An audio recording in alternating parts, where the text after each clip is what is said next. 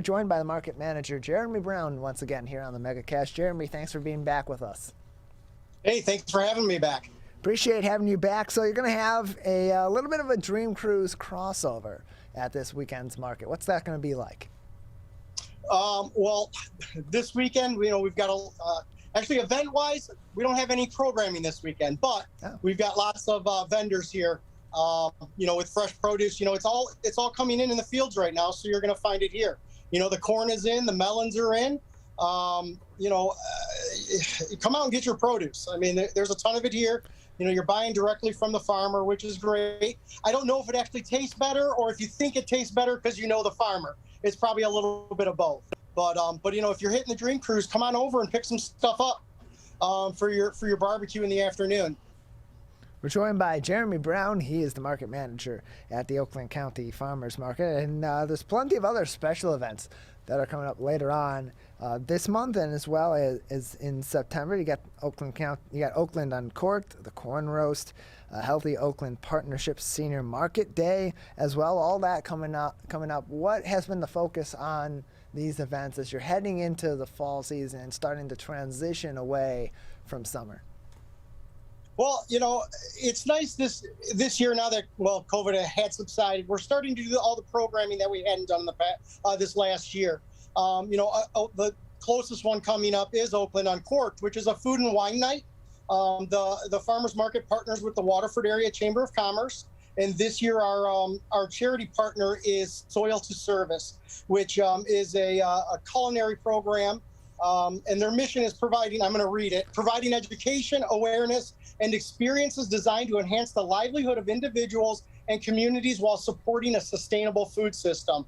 So I think that they're an ideal charity partner for this event.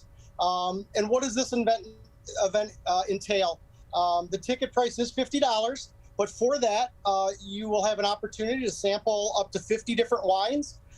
We have Rustic Leaf Brewery going to be here with their finest beers.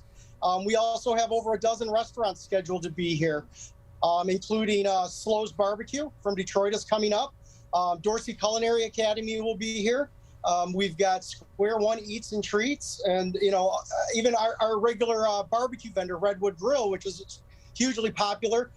They'll be at the entry line serving pulled pork sliders, which is kind of cool. But we've got live music, and we'll have a silent auction.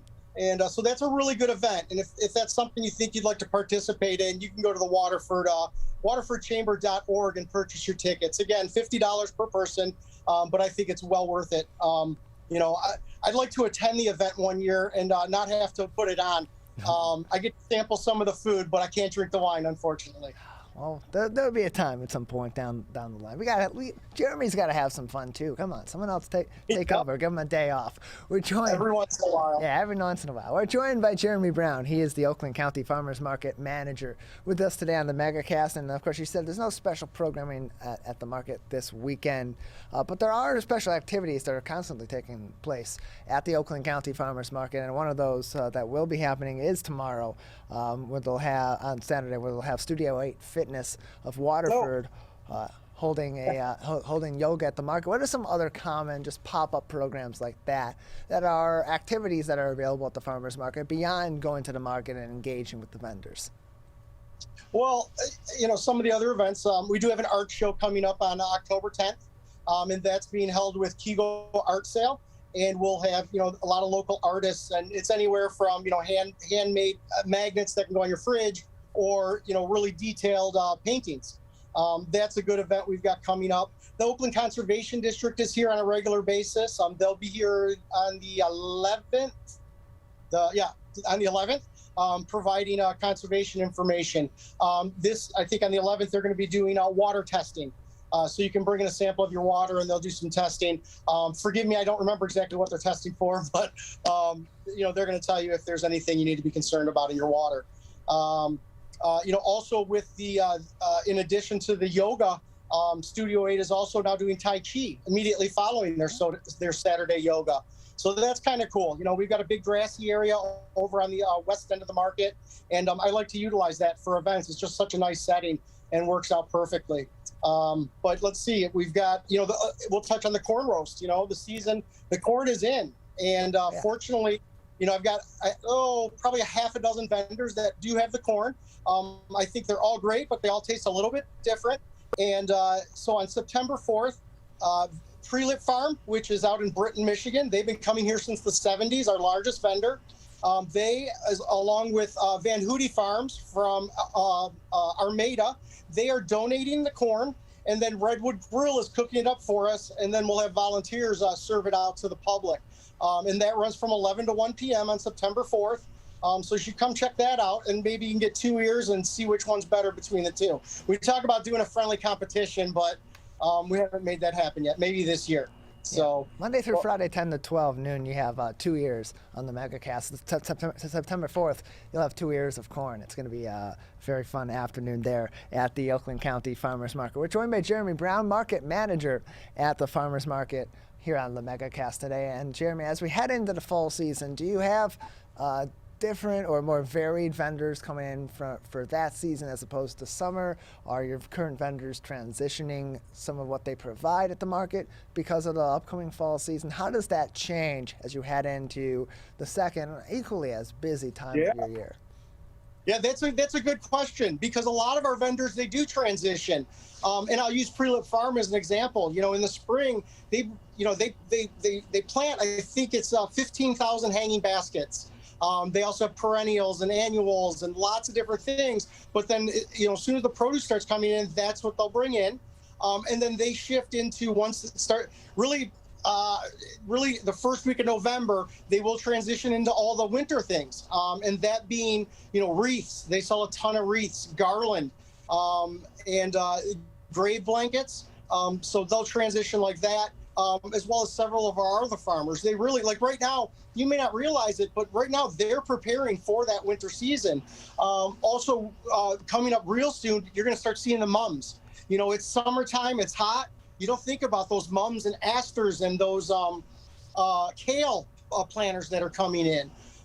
So, yeah, it is kind of cool to see how they're really resilient and flexible. They need income throughout the year, not just when the produce is ready. So, you will see all the, these vendors, you can visit them throughout the year and see what they've got going on. It is actually kind of cool.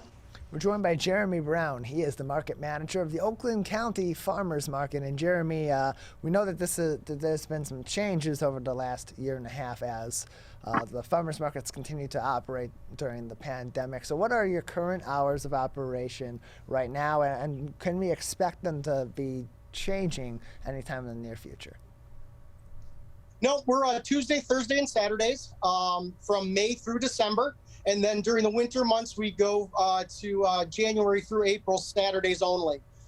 So we're still operating. We're not doing Sundays like we did through the COVID at the beginning of the pandemic. We ran Sundays for a while just because of the demand for the food.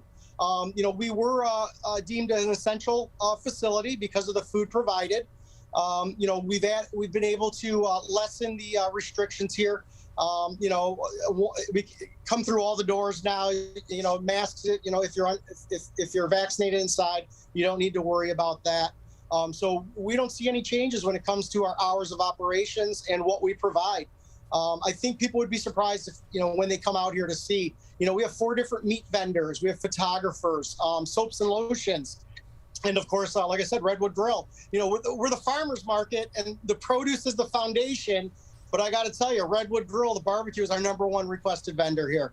And Redwood Grill can also cook for your holiday events and catering and things like that. Again, we have about 90 different businesses that use the market here throughout the year, all at different times, depending on what they have. Like Brookwood Fruit Farm, he's now coming back with apples. He has 100 different varieties of apples, and he brings them in as they're ready. And he started coming again probably 2 or 3 weeks ago with cherries and some apples, peaches as well. Those are in season. But then he will stay with his apples all the way through March. He keeps them in cold storage, and it's nice to see that come in. And now Chuck Bristol from Brookwood Fruit Farm is back. And we talk about the history of the market. Chuck, he can trace his family back coming to the United States in the 1600s from Europe, and his family was fruit farmers. And then his family, after the Revolutionary War, maybe I'm going too far back, but they were given a land grant in northern Macomb County, And here they are, hundreds of years later, and they're still growing apples. Him and his 5 sons.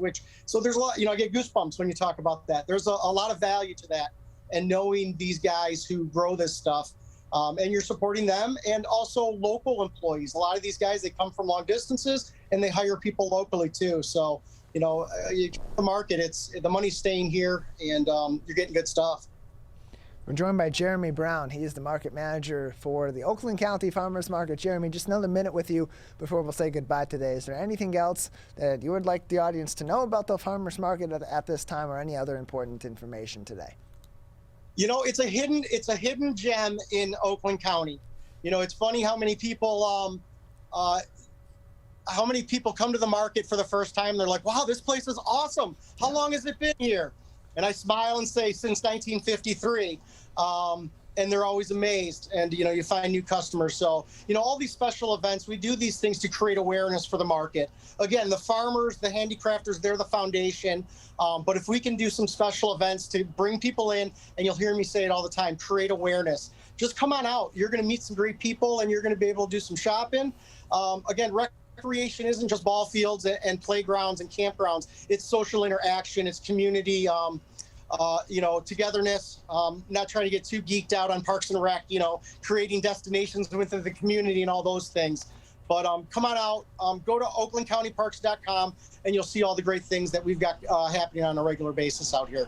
Well, Jeremy, we appreciate it. Thanks for joining us today. Thank you so much.